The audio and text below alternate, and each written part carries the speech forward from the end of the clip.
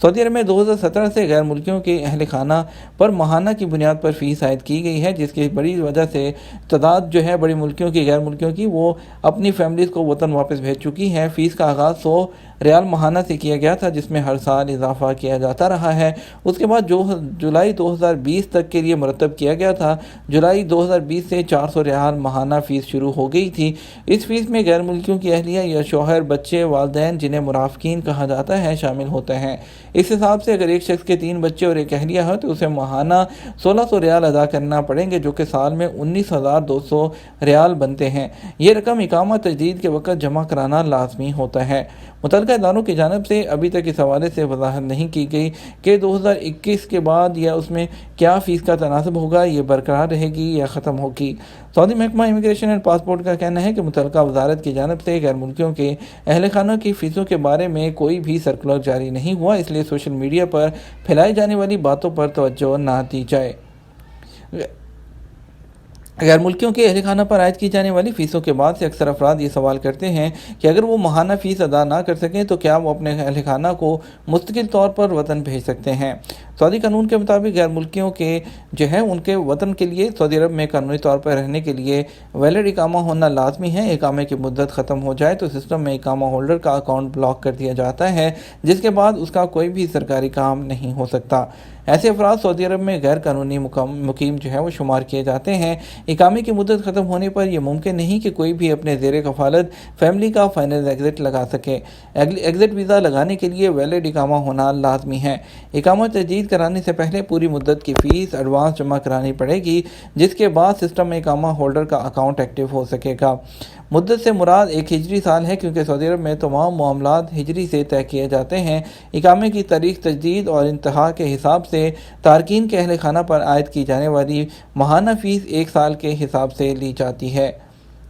ایسے افراد جو اپنے اہل خانہ کے ہمراہ سعودی عرب میں مقیم ہیں، ان کی جانب سے اکثر یہ معلوم کیا جاتا ہے کہ آئندہ برس کی فیس ادا کرنے کے قابل نہیں، اس لیے سعودی عرب میں اپنا قیام قانونی بنانے کے لیے کیا طریقہ کار اختیار کیا جائے۔ ایسے افراد جو سعودی عرب میں کام کرتے ہیں اور نہیں چاہتے کہ وہ سعودی عرب سے جائیں، مگر اپنے اہل خانہ کی فیس کی وجہ سے انہیں مالی مشکلات کا سامنا کرنا پڑتا ہے، اگر وہ اہل خانہ کی فیس ادا نہیں کرتے تو ان کے اقامے کی تجدید نہیں ہوگی اور ان کا اور ان کے اہل خانہ کا جو اسٹیٹس ہے وہ غیر قانونی تارکین کا ہو جائے گا۔ ایسے افراد جو اپنے زیر کفالت اہل خانہ کی فیس ادا کرنے کی استطاعت نہیں رکھتے، اس لیے انہیں چاہیے کہ وہ اپنے گھر والوں کو مستقل طور پر وطن بھیج دیں، تاکہ جو ہے وہ ان کا پہلے ایگزٹ لگا کر ان کو پراپر بھیج دیں، تاکہ ان میں کسی قسم کی پرابلم کا سامنا نہ کرنا پڑے۔ نئے ویزے پر آنے والوں کے لیے کیا طریقہ کار ہے؟ سعودی عرب میں کورونا وائرس کے نئے کیسز مسلسل کم ہو رہے ہیں۔ معمولات زندگی احتیاطی تدابیر پر عمل کرتے ہوئے جاری ہے۔ مرحلہ وار پابندیاں بھی اٹھائی جا رہی ہیں، جن میں سعودی عرب کے لیے سفر اور ویزوں کے اجراء کے حوالے سے پابندیاں شامل ہیں۔ سامعین، انفو ٹی وی کے حوالے سے مختلف سوالات ارسال کیے گئے ہیں۔ نصیر احمد نے سوال کیا ہے کہ جن لوگوں کے پاس نیا ویزا ہے ان کے بارے میں کیا اپڈیٹ ہے؟ کورونا وائرس کی وجہ سے دنیا بھر میں حالات مکمل طور پر معمول کے مطابق نہیں آئے، اس لیے احتیاطی تدابیر اختیار کرتے ہوئے کورونا وائرس کی دوسری لہر کے بعد سعودی عرب میں بھی انٹرنیشنل فلائٹس کو عارضی طور پر 20 ملکوں کے لیے بند کیا گیا ہے، جس میں پاکستان، انڈیا بھی شامل ہے۔ سعودی عرب سے چھٹی پر گئے ہوئے لوگوں کو جو ہے واپسی وقت پر نہیں ہو سکی، تو اس کے لیے جو ہے سعودی عرب کے لیے فی الوقت جو ہے تمام فلائٹس جو ہیں وہ بحال نہیں ہوئی ہیں، تو لوگ جو ہیں کچھ دوسرے ملکوں میں کوارنٹائن کر کے ابھی سعودی عرب آ رہے ہیں۔ جہاں تک آپ کا سوال ہے جن لوگوں کا نیا ویزا ہے وہ کیا کریں، اس لیے وہ نئے ویزے پر آنے والوں کے لیے بھی لازمی ہے کہ ویزا اسٹیمپ ہونے کے بعد کورونا کا ٹیسٹ کرائیں گے، جبکہ دیگر احتیاطی تدابیر پر بھی عمل کریں گے۔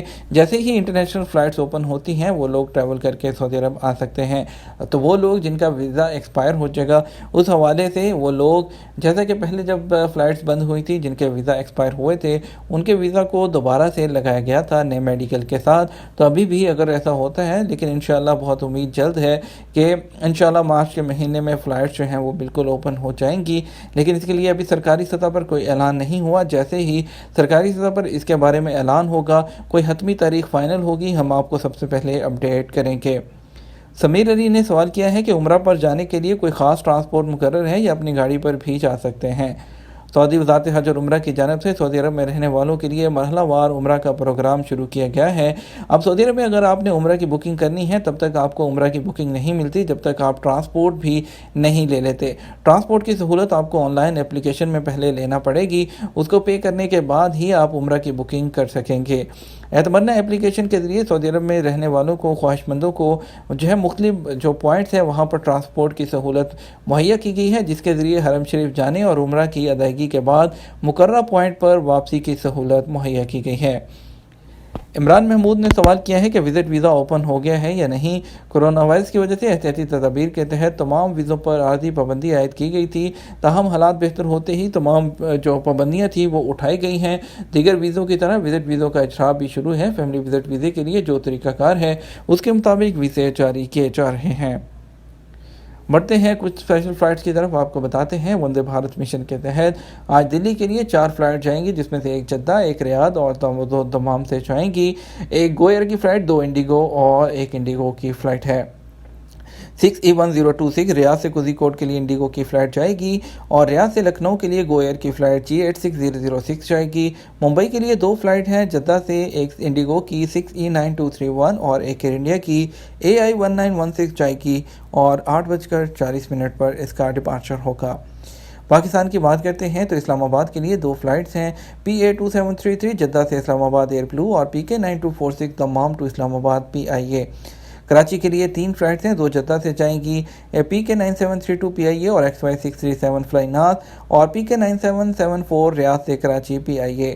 لاہور کے لیے 3 فلائٹس ہیں، 2 دمام سے اور 2 ریاض سے اور 1 دمام سے جائیں گی، XY317 Riyadh to Lahore fly ناس اور SV736 Riyadh to Lahore Saudi Arabian airline. Dammam سے لاہور PIA PK9248۔ ملتان کے لیے 1 فلائٹ ہے SV800 جو کہ کینسل ہو چکی ہے۔ اس کے بعد پشاور کے لیے جدہ سے 1 فلائٹ PA6711 ایئر بلو، SV792 ریاض سے پشاور سعودی عربین ایئر لائن اور PK9728 ریاض سے پشاور PIA، PK9254 دمام سے پشاور PIA کی فلائٹ ہوگی۔ اس کے ساتھ بڑھتے ہیں مزید خبروں کی طرف، آپ کو بتاتے ہیں الخبر میں SOPs کی خلاف ورزی کرنے والے 2 سپورٹس سینٹر کو بند کر دیا گیا۔ سعودی عرب میں الخبر بلدیاتی کونسل نے کرونا وائرس سے بچاؤ کے لیے مقرر حفاظتی تدابیر کی پابندی نہ کرنے پر 2 سپورٹس سینٹر سیل کر دیے۔ اخبار 24 کے مطابق الخبر بلدیاتی کونسل نے پیر کو بیان میں سپورٹس سینٹرز کی خلاف ورزی کے حوالے سے بتایا کہ پابندی لگائی گئی تھی، کرونا وائرس کو پھیلنے سے روکنے کے لیے سپورٹس سینٹرز اور سپورٹس ہال بند کر دیے جائیں۔ کرونا کے نئے مریض مسلسل 300 سے زیادہ۔ سعودی عرب میں کرونا کے نئے کیسز ایک ماہ سے مسلسل 300 سے زیادہ سامنے آ رہے ہیں۔ سبق نیوز نے وزارت صحت کی جانب سے جاری بیان کے حوالے سے بتایا کہ پیر کو گزشتہ 24 گھنٹے میں کرونا کے 314 نئے مریض سامنے آئے، جبکہ 341 افراد اس وائرس سے صحت یاب بھی ہوئے ہیں۔ وزارت صحت کے مطابق گزشتہ 24 گھنٹے کے دوران کرونا کے مزید 5 مریض چل بسے، جس کے بعد مرنے والوں کی تعداد 6438 ہو گئی ہے۔ وزارت صحت کا کہنا ہے کہ سعودی عرب میں کرونا کے ایکٹیو کیسز کی تعداد 2682 ہے، جن میں سے 472 کی حالت نازک ہے جو انتہائی نگہداشت کے یونٹ میں زیر علاج ہیں۔ سعودی عرب میں مقیم پاکستانی پیسے بھیجنے کی فہرست میں سب سے آگے۔ بیرون ملک مقیم پاکستانیوں نے مسلسل 8 مہینے تک ماہانہ ترسیلات زر $2 ارب سے زائد پیسے بھیجنے کا نیا ریکارڈ قائم کر دیا۔ سعودی عرب میں مقیم پاکستانی پیسے بھیجنے کی فہرست میں سب سے پہلے نمبر پر رہے، جبکہ متحدہ عرب امارات دوسرے نمبر پر ہے۔